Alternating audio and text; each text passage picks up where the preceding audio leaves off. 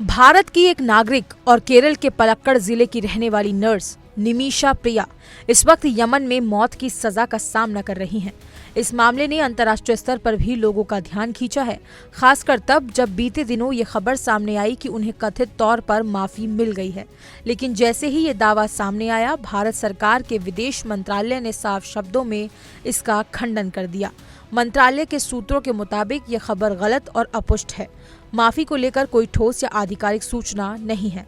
दरअसल ये पूरा विवाद तब शुरू हुआ जब भारत के ग्रैंड मुफ्ती कंथापुरम एपी अबू बकर मुस्लियार के दफ्तर ने सोमवार आधी रात को ये दावा किया कि यमन की सरकार ने निमिषा प्रिया की मौत की सजा को माफ कर दिया है।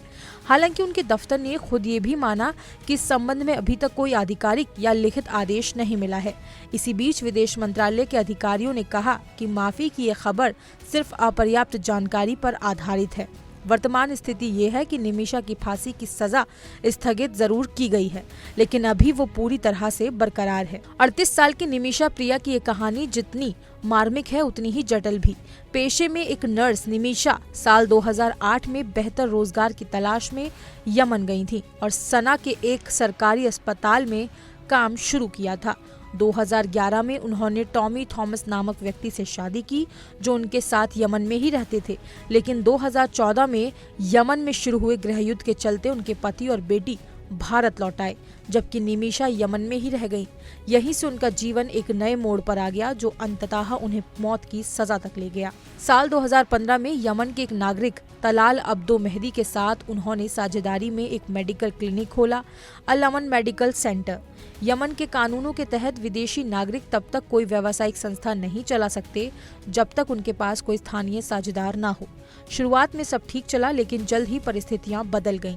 निमिषा के मुताबिक तलाल ने उनके साथ विश्वासघात किया। उसने उनकी सारी कमाई हड़प ली, पासपोर्ट जब्त कर लिया और उनका मानसिक एवं शारीरिक शोषण करना शुरू कर दिया। इतना ही नहीं, उसने जाली दस्तावेजों के जरिए खुद को निमिषा का पति तक बता दिया। साल 2017 में जब हालत बद से बदतर हो गई तो निमिषा ने अपने दस्तावेज वापस लेने के लिए तलाल को बेहोशी का इंजेक्शन दिया, जिसका नाम था केटामाइन। उनका मकसद उसे अस्थायी रूप से बेहोश करना था ताकि वो पासपोर्ट और जरूरी कागजात हासिल कर सके। लेकिन दुर्भाग्यवश ओवरडोज के चलते तलाल की मौत हो गई।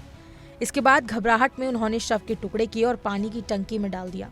जब वो यमन सऊदी सीमा से फरार होने की कोशिश कर रही थी, तभी उन्हें गिरफ्तार कर लिया गया।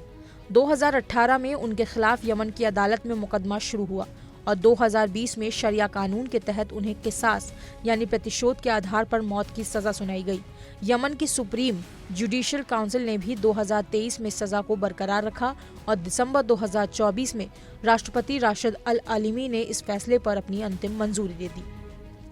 16 जुलाई 2025 को उन्हें फांसी दी जानी थी, लेकिन भारत सरकार, धार्मिक नेताओं और सामाजिक कार्यकर्ताओं के प्रयासों से इसे फिलहाल स्थगित कर दिया गया है। लेकिन ये राहत अस्थायी है। यमन के कानूनों में एक प्रावधान है, ब्लड मनी। इसके मुताबिक किसी हत्या या गंभीर अपराध के दोषी व्यक्ति को पीड़ित परिवार को क्षतिपूर्ति के तौर पर रकम देकर सजा से माफी मिल सकती है। लेकिन इसकी शर्त ये है कि पीड़ित परिवार को इस समझौते के लिए स्वेच्छा से राजी होना चाहिए।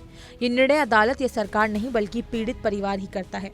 इस मामले में तलाल के परिवार के साथ ब्लड मनी को लेकर बातचीत चल रही है।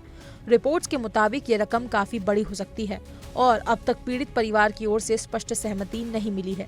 दूसरी ओर भारत में निमिषा की मां और उनके परिजन इस फैसले से गहरे सदमे में है। उन्होंने सरकार और समाज से मदद की गुहार लगाई है ताकि उनकी बेटी की जान बचाई जा सके। भारत में इस मामले को लेकर सोशल मीडिया और नागरिक संगठनों के बीच काफी चर्चा हो रही है। कई लोगों का मानना है कि भले ही निमिषा का कदम अपराध की श्रेणी में आता है, लेकिन ये पूरी घटना उसके लगातार हुए शोषण और उत्पीड़न की परिणति थी। कुछ संगठन इसे आत्मरक्षा का मामला भी मान रहे हैं और सरकार से यमन पर राजनयिक दबाव बनाने की मांग कर रहे हैं। फिलहाल भारत सरकार ने इस मुद्दे को गंभीरता से लिया है और हर स्तर पर निमिषा की जान बचाने की कोशिशें जारी हैं। लेकिन ये साफ है कि जब तक ब्लड मनी को लेकर पीड़ित परिवार की सहमति नहीं मिलती, तब तक माफी की कोई उम्मीद नहीं की जा सकती। ऐसे में झूठे दावों और अफवाहों से स्थिति और पेचीदा हो सकती है। यही वजह है कि विदेश मंत्रालय ने माफी की खबरों का सख्ती से खंडन किया है।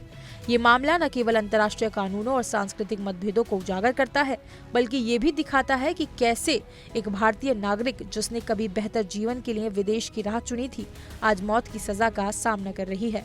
आने वाले दिन में इस केस की दिशा क्या तय होगी, ये तो वक्त ही बताएगा। क्या ब्लड मनी से जान बच पाएगी या कानूनी जटिलताओं में उलझकर एक और जिंदगी असमय खत्म हो जाएगी, सवाल अब भी बाकी है। फिलहाल इस खबर में इतना ही। अपनी राय कमेंट सेक्शन में जरूर बताएं और ऐसी ही तमाम हर बड़ी अपडेट के लिए इंडिया डेली को सब्सक्राइब करना ना भूलें।